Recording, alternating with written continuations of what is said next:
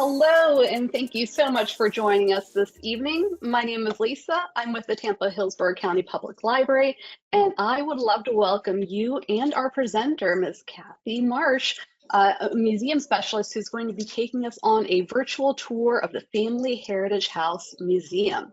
Kathy, I've been looking forward to this program since we had to reschedule it earlier this month for our little technical glitch. Thank you so much for rescheduling that with us. Tell us a little bit about yourself and about what we're going to be looking at today. Again, my name is Kathy Marsh. I'm the museum specialist here at Family Heritage House Museum, located on the campus of State College of Florida in our Library and Learning Center.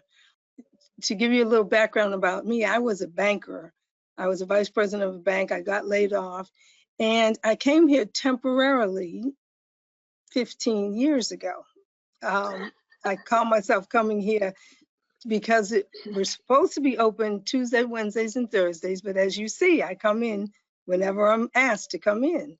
So my goal was to come here temporarily. I did know the founder of the museum, and somebody else said, well, the person that had my job ahead of me was leaving and she needed somebody to help. So I thought, oh, this would be perfect. I can, help her out 3 days a week, and again, we are regularly open Tuesdays, Wednesdays, and Thursdays, but as you see, I will come in anytime somebody wants to see the museum. So just to give you a background, the Browns, Mr. and Mrs. Brown, and I will show you pictures in a few minutes. Let me back up. Mrs. Brown was actually born and raised in Bradenton. She went to school here. She was the valedictorian of her class, and way back then, it was an all-black school. She was the valedictorian, like I said. She left here and went to FAMU, graduated from FAMU, and then she got a job in Detroit. And so that's where she met Mr. Brown. Well, Mr. Brown was about 10 years older than her. So when he retired, they moved here to Bradenton. They had some children while they were in Detroit, but after all that, she ended up moving here. Well, she came to work on the campus. At that time was Manatee Junior College, which became Manatee Community College, which became State College of Florida. So she pretty much single-handedly integrated this school. She went to hair salons, barbershops, and so forth, and said, what are you going to do? She sees young students and said, what are you going to do after you graduate from high school? They would say, oh, I'm going to get a job. She'd say, why aren't you going to school? They said they didn't have any money, but she had already gone to the foundation and told them they needed to set some money aside for young Black children to come to the school. So that's how, that's how they tell me the integration of Manatee Junior College grew substantially. So after that, Dr. Korchak, who was the president of Manatee Junior College, saw the collection that the Browns had collected and had in a trailer behind Head Start on the east side of Bradenton. He saw the collection and said it needed a permanent facility. So he actually started the capital campaign to build a building to house the Family Heritage House Museum. That was, oh God, I'm not sure how many years ago that was, but when he started, they ran a little short of the goal for what it would have cost to have a freestanding building. And since it was going to be part of the library, what they did was they actually attached the building to the library. And when I started working here, that was still the building. And I could literally go out of my back door and straight into the library. I am actually employed by the school. I only work in the Heritage House. But Family Heritage House, Inc. is its own 501c3. I have a board of directors. My supervisor, that is the head librarian, is actually on my board to keep the connection with. So it's a wonderful collaboration that they have, and it's a blessing because there's no, we don't have to pay a cost for existing here, which gives us more ability to do things. I have access to a community room downstairs, which I can house to invite people over to have functions where they can come and have the function in the community room and still be able to come up and visit the museum. So at this point, I'm going to take you around, please. Well, let me go ahead. We're gonna Vivi and I are gonna turn our cameras off, and I'm gonna turn my screen share off so that the folks watching at home have Ms. Kathy's camera view as their focus. So we're gonna get out of the way and let you take us on a tour. Okay. Okay, so I'm gonna be moving around, and please, somebody let me know if you're not able to see anything. I'm gonna step outside my front door, which is, like I said, we're on the second floor of the library, and this is where you come in. The library, I'm gonna turn around. As you see, there's a beautiful hallway down there. That's where the library is. And nice and bright. and this is here. Can you see that? That's our plaque. Sure. That was in our original building that they took down and brought over here so that it could be outside our door. And then information about when they originally broke ground, with the shovel they used, the hats that they had on, a little information, some dirt there that was taken, that they first dug out, and we put it there. And then we have some over here. We have a lot of the accolades that Miss Freddie proudly accepted, and some information about Mr. Brown also. And then this is our entrance. I have my desk where you sign in so that I can keep a record. We also, because we are our own 501c3, we accept donations. And so this is where I usually start with the history of the Browns. Can you hear me okay? I can. Okay. So this is the story of their family there. And over in this corner is one of our real treasures. It's, if you can see that trunk, it was Mr. Brown's grandfather's traveling trunk. Please do not ask me how he carried this big heavy thing around. I don't know, but they say he was a traveling actor, and this was his trunk. It has an inkwell, a desk. It also under here has a place where you can put a top hat. Oh, wow. Upside down, you put the top hat so it wouldn't get smashed. In the back here is where he had his clothes. Can you see that? That's where he kept his clothes. And so it's kind of amazing how much stuff you have. Right here, there's an inkwell where you use to dip your ink. And so that chest is about 250 years old. So it's one of our really prized possessions. That is a beautiful mobile office there, isn't it? Yes, it's amazing. But I'm trying to figure out how you got it mobilized, because it's really heavy and there's no wheels on it. So I don't know how. I guess maybe they had dollies for it. Yeah, that's what I was thinking. Maybe a dolly, I guess. So, and so here, over here is our African section, where we have a beautiful handmade quilt with a local lady made it. It was her first quilt, believe it or not, and she donated that to us. She put the United States in the center of it, or just about in the center of it, to give you an idea of the difference of the size between the United States and Africa. Of course, we know that Africa is a continent and we're not, but it kind of gives you an idea of how large Africa is. And over here, we have a donation of some masks. There's another local Sarasota person, did a lot of traveling to Africa and got different things. And she originally had them on loan to us. And just last year, she decided to release us from the loan, and she gave them to us permanently. So then we have some other artifacts here, African art. You can see this is the back of them because I have them showing outside so that when people walk by, they can see a little something to attract in here. And this chair, it's a used for royalty. And a gentleman, when we first opened, a gentleman came in and saw all our artifacts and said he had something he wanted to donate, and he left and came back with that. Right here we have, can you see that huge egg? That's Sure. an ostrich. It's an ostrich egg.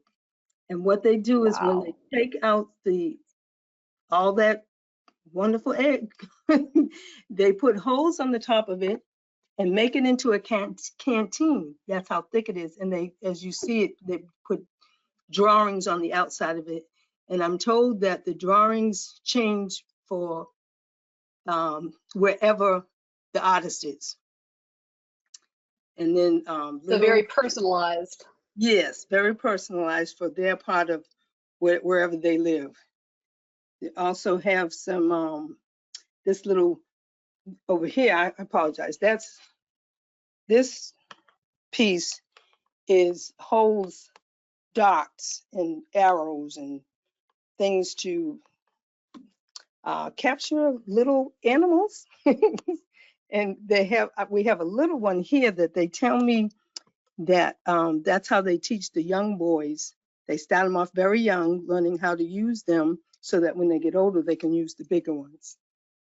And then we have some musical instruments there. And over here, we have these two beautiful art pieces are some of our newest pieces. And a very dear friend of mine, who is an artist, she used to live here in Sarasota, but she moved to California because she was going back and forth when she had some grandchildren. She was going back and forth, and she decided that didn't make sense, so she moved. Anyways, this was the last thing that Miss Freddie authorized us to purchase before she left this world. And somehow or another, they got lost in the shuffle for a little while. And I told my board, I said, Miss Freddie wanted us to have them. We need to get them. So we finally got them about a year and a half ago. And a little side story, I knew the artist, I had met her years ago. And then when Miss Freddie was turning 90, I was having a birthday party for her. Well, I was hosting the birthday. I was hosting a birthday party for her. And I sent her an invitation, the artist, the invitation. Her name is Gail Fulton Ross. You can look it up. She's fantastic. She does sculptures and everything. And she called me and she said, I won't be able to attend the party, but I want to send Freddie something. And I said, oh, she said, well, I go to Boston to visit my mother every year. And I said, you're from Boston? And she said, yes. I said, I'm from Boston. Now, I had known her for about 6 years. No idea she had been here. And then she said, what's your last name? I said, well, my maiden name is Farmer. And she said, do you know Carl Farmer? And I said, yes, he's my brother.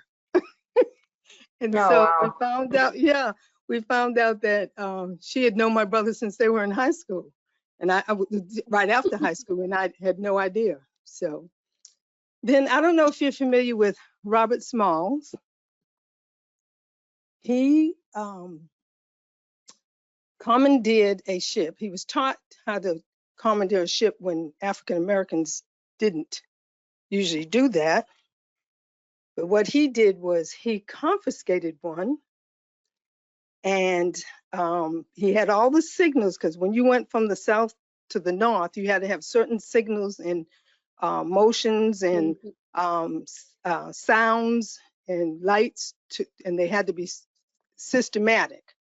He knew them because he traveled with, other captains. And what he did was he took his wife and family and a couple of other people, and he confiscated the CSS planter, which we have a replica of right here. Can you see that? He Mm-hmm. confiscated that and took it to and turned it over to the Union Army. I And love the small story. We learned about that, and I remember we learned about that in school when I was a kid. well, let me tell you a even nicer story. His great great granddaughter lives in Lakewood Ranch. Oh, And she, wow. yes, and she, before we moved up here, we had all the art. She's the curator of all his artifacts. She had all the artifacts, and we had them up here in this whole, as you see, it's a big exhibition. That's originally going to be an exhibition hall. This was filled with all her artifacts. And the one thing that I If you saw was tilt the this, camera down just a little bit, okay, tilt it can you down. There we go. Now we got a view of it. see that? This Yep, whole place was filled with her artifacts.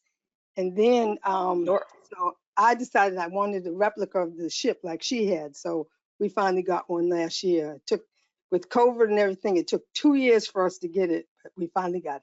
So that's our replica. Over here Nice. we have books. I'm sure you know the story of Roots. And can you see that? Mm-hmm. We have Yes, ma'am. one signed by him. The one on this side was signed by him, and I had it out in the other building, but I didn't realize that he'd actually signed one to Miss Freddie because he was actually on the campus back in 19, I can't even see it, 1977, I think, 1997 maybe. I'm not, but he, anyway, he came to visit the school. They had a program for the youth, and he donated that book. And also that beautiful painting over there. I don't know if you saw the movie Roots, but they did the outdooring of a child. That's Oh, the yeah. art, that's Mm-hmm. the artwork that came with that. And the gentleman that did that artwork, plus Mr. Haley, both signed that piece. Wow. So over here we have, I'm sure you know that African Americans have graduate chapters for all, all, all the sororities and fraternities, and we have representation here on most of them. So that's some of the artifacts that we have. Miss Freddie and I are both Deltas, so we have more Delta stuff than the rest of it, but, and Mr. Brown was an Alpha, so we have some of his stuff. And we also have stuff, the Panhellenic, which is all the organizations together. We have a award that they donated to us. And then also this beautiful piece was for Carter G. Woodson, who is considered the father of Black history. So that was donated to us from ASALH, which is the Association for the Study of African American Life and History. And over here, this is one of our newer pieces. I don't know if you can see that whole thing, but Nearest Green was a Uncle Nearest actually was the one that did this whiskey, but he did not get the credit for it. He was the one that blended the whiskey, but somebody else got the credit for it. But now the first woman, African American woman, master blender, who is the great great granddaughter of Uncle Nearest, she is the one that actually is doing the blending now. And That's a family legacy right there. yes, and my oldest daughter, our oldest daughter, actually is a friend of hers. They live. She lives near her in Tennessee. So, and then my boss actually traveled up there and brought her brought her some of my giveaways and bought one of those bottles. Now, as you see, I don't know if you can see what it says there. Display only, no whiskey. Somebody still turned me in for having whiskey up here. Oh. So, and over here, this is my Underground Railroad section. And last year we were blessed to have the descendants. I don't see, you can see that picture. The girl in the front is my daughter, and that's me.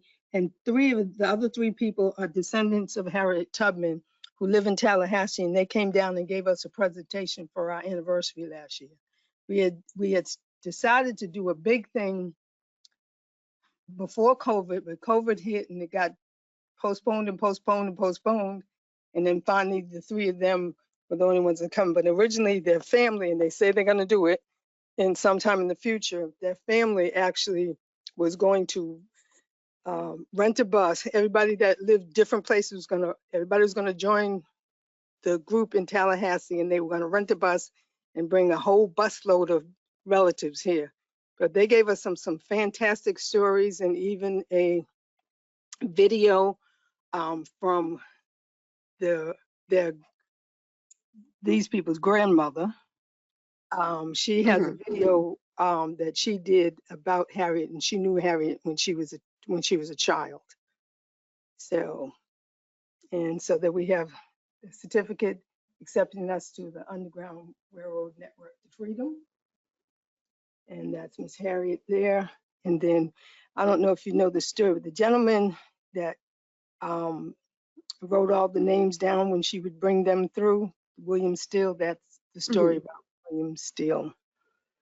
And just recently they sent me, I have purchased, when I knew they were coming, I purchased, I don't know if you can see that, the stamp, Harriet Tubman stamp. And Yes, I ma'am. purchased the whole lot so that I could give them out when people came to the celebration. And they actually just sent me one of them with the signature of all their family on it. So, and also this book, the Bound for the Promised Land. They sent me a book that was autographed by all their family members. But I haven't had a chance to put them inside there yet because my cases, I have to have help with the cases. So, and over here we have a replica of the Emancipation Proclamation. Can you see that? Yeah, It's back in the early 1900s. They sold these in Chicago in order to raise money to build a hospital for injured soldiers, Black soldiers. So, Right. and then there's some other, as you see, colored waiting room things that, you know, are in our past that we're glad they're in the past. Some other people there. And over here we have some jazz greats. If you can, I'll step back a little so you can see pictures of jazz was a big thing, especially during the Renaissance time. And the Harlem Renaissance, you can see these pictures. This is actually seeing this doll. They actually went out on the weekends looking like that. I can't imagine. Yeah. So, and then some more of the artwork. That's more of Gil's artwork up there. Can you see it? Yeah. Yes, ma'am. Yeah. And then we also have info on Zora Neale Hurston, who is was a wonderful writer. And she wasn't born and raised in Florida, but she was raised in Florida. And they used to have this wonderful what do you call it? Carnival, outdoor festival for her in her honor in near Orlando, where she lived or where she was raised. But it got so commercial, I don't even think they have it anymore. It got a little bit out of hand. So then I'm sure you know these people. We have all this information on our past president and his first lady. And those somebody gave Miss Freddie for her birthday one year. That's every dress she wore to some specific. Each one of them it tells you where she wore the gown or the dress, what it was for, which function that she attended with them. That's Michelle Obama. Yes, that's all Michelle, and Okay. all the dresses she wore the first year, and there's a list of all the activities that she did with each dress on. So, and over here we have some local history. We have the NAACP 100th celebration, so we have that book, and then Miss Freddie got an award from them, and if you see this, that is the charter for Bradenton, the Bradenton charter of the NAACP. And originally, it's my understanding that everybody that was an original member of the NAACP signed their name in there, and every time they changed presidents, they would pass this document around. And so a few years back, somebody said, doesn't make sense for us to carry this thing from house to house when we could put it in here. So they donated it to the museum. And this was one, let me see if I can you see that? Yes, ma'am. My husband and I and Miss Freddie at one of the last time she attended the NAACP banquet locally. So that was that. Okay. And over here we have more local history. Family donate. Sometimes families donate stuff to us, and I try my hardest to make sure I display things, but sometimes we have to shift things around because we don't have space for everybody. So, but this lady here, she delivered the African American babies back in the day when they didn't mix the nurseries. Can you see her? This was in Bradenton. Yeah. Yes, the it was called Bradenton General Hospital. It's now Manatee Memorial.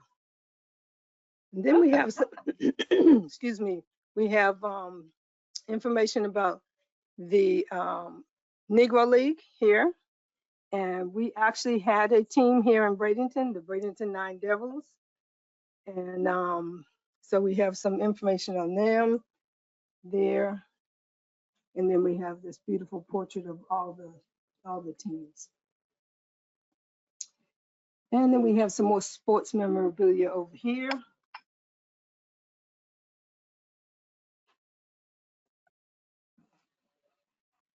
Autographed picture of Cassius Clay, Muhammad Ali, however you want to call him, and some others down there.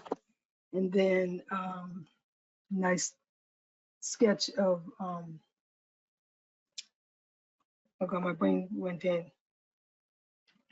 Jackie Robinson, I'm sorry. And some more pictures of some. I don't know if you know the story about Roberto Clemente, but he was here playing for the Pirates, and he's from Puerto Rico, and he left here in a plane to bring supplies down there, and his plane went down. He overloaded it, and his plane went down, and I don't know if they ever, I'm not sure if they ever got his body, but his plane went down when he was trying to bring things to Puerto Rico because it was so bad down there. And they still, the Pirates who have their winter home here, they still have a room with his name on the outside. Okay, now this, as you can see, we have, let me see if I, some local athletes. Let's see. if I can show that. My husband and his best friend were the first African Americans to become Eagle Scouts in the small town in Georgia where he lived. So that's all his Eagle Scout stuff. So, and then some more athletes there. And I know you know that guy, Tiger. Seen him once or twice. Okay, over here we have all the, can you see that? All the what we had made last year, all the emblems for the services. And then we have Andrew Sears, and that's Miss Freddie's great nephew. And he graduated from West Point in 2012. And this is his uniform. See that? That's his uniform. Mm-hmm. So Miss Kathy, I just want to give you a heads up. We've got about 10 minutes left, so I just want to make sure you get to all the things that you want to show us. Okay. All right. So I'm gonna go a little faster then. Here we have in Manatee County, we have 7 schools named after African Americans. So I'm not gonna go over the names. I'm just gonna show you their pictures, and maybe you'll have to come down here and see them. So that's that. And then over here, this gentleman was one of the original Buffalo Soldiers. We were supposed to have a huge celebration for him last year for his 100th birthday. And because of COVID, we had to postpone it a couple of times. And then he unfortunately passed away. I told my husband, I said, he decided he was going to spend his 100th birthday with God because he died 31 days before his 100th birthday. That's my dad's flag and information, stuff that he had during World War II. And then some more items here. I'm going to start going faster. We also have a wonderful collection of dolls. I don't know if you can see them all. They're Oh, wow.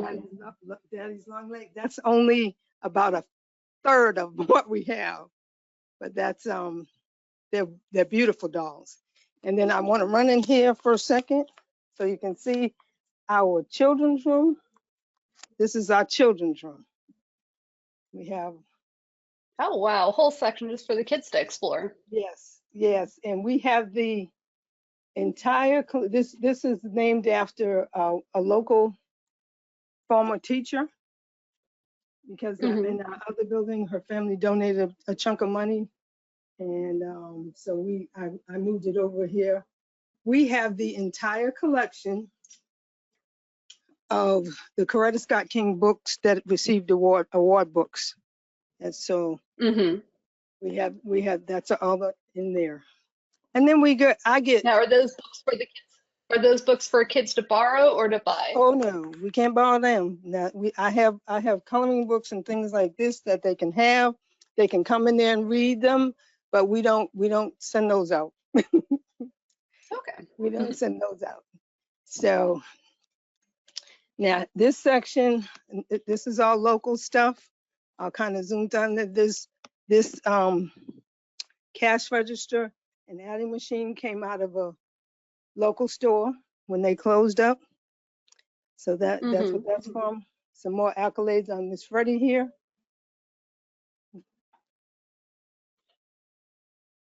And then a little depiction of the Central Ave where all the African Americans shopped. And that train there that you see in the middle there, that's the Tropicana train. It still comes, the Tropicana train still comes through there. And here, I don't know if you can see this, the Barbie dolls. We can. You can see it? Rosa Parks. Yes, ma'am. Maya Angelou, Ella Fitzgerald, and Ida B. Wells. Oh, wow. So, and then we have some socks here with African American women. And somebody said, where did you get that? I said, I woke up in the middle of the night and I saw them on a Facebook page and I took a picture of it and sent it to the girl that orders my stuff and told her to get me every one of them. So, and then here's some more of Miss Freddie's accolades here. And Mr. Brown. He was a handsome fellow, but he was serious. He was very serious. So, any questions for me?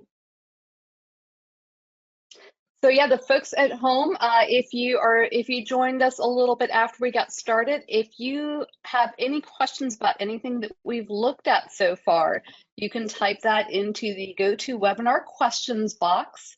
Let me go ahead and turn my slides back on here so that the folks at home can get that information. Let me go back to that.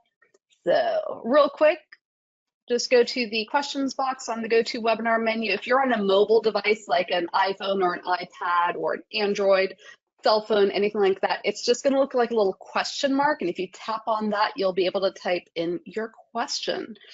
So yeah, go ahead and get those in.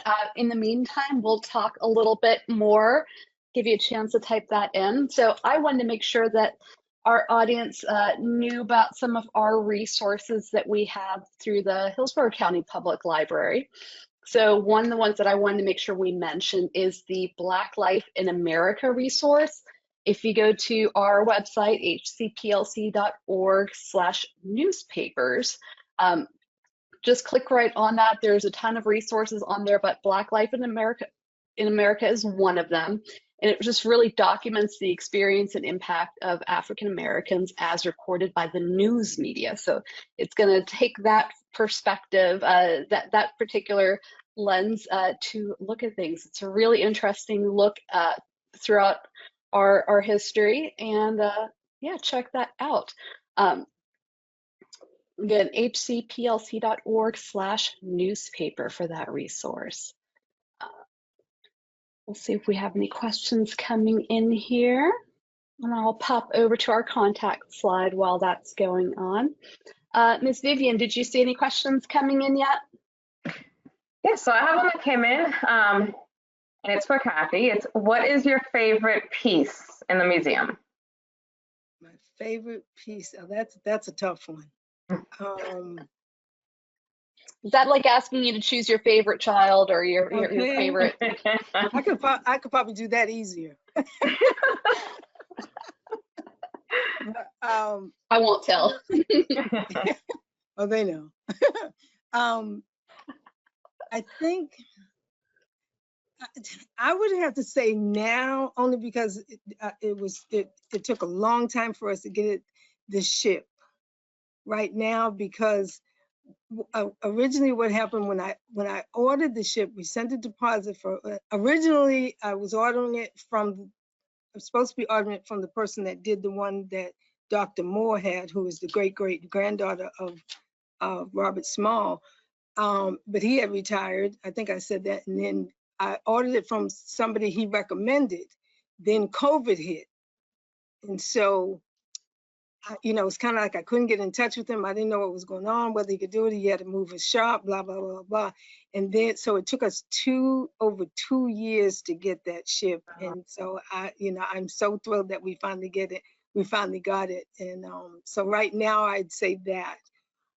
But the trunk has such a history. That's kind of special too. So that trunk's a very beautiful piece. Yeah. So, and I love my children because the kids have such a good time. For the folks that joined us, if any of the folks joined us a little bit later, the replica that we're talking about, there's a replica of the ship that Robert Smalls commandeered. Yeah, I think we're going to get another quick look at it. It's a beautiful piece. Let's see if I can get it in there. Yeah, there it is. Can you see it? It's nice, yeah. Yep, the planter, yep. The CSS planter. And yeah, that's special because it was a tough one to get. We went through COVID, 2 years of getting it. It took me 2.5 years to get it and finally got it, but he did a beautiful job. So it was worth the wait. If any of the folks at home want to learn more about the history of Robert Smalls and the Freedom Ship and the commandeering, we do have a ton of books on the library in the library catalog, both ebooks and I think we have a couple of DVDs of the animated story of it. So if you just type in Robert Smalls into the search box on our website, it's going to pull up a ton of options for you. Highly recommended. I loved reading that story when I was in school. It's an amazing story. Yes. So Good. We got any other questions coming in yet? One last question is, how often do pieces tend to come in to the museum? Oh, it varies. We have a lot of permanent stuff that has been here for a long time, and then every now and then something new, like the CSS plan is fairly new. Obviously, the trunk has been here since before we moved in here. So it just depends. I try to add things, and we've been blessed to be able to shift things, but I can say now that the president is on a mission to get us funding to get middle school students to the campus. So what we're going to do is this last section that I told you, that I showed you, we're going to convert it to traveling exhibits. So at that point, we'll probably be changing them every 6 to 8 months, I'm thinking. But that's in the works. So hopefully we'll be able to have some items that we can shift around. And even if we don't, sometimes you can borrow traveling exhibits, obviously, you know, Right. and other times you can purchase them. And I think we're going to do a combination of both so that we can always have something we can shift around. So That'd be nice.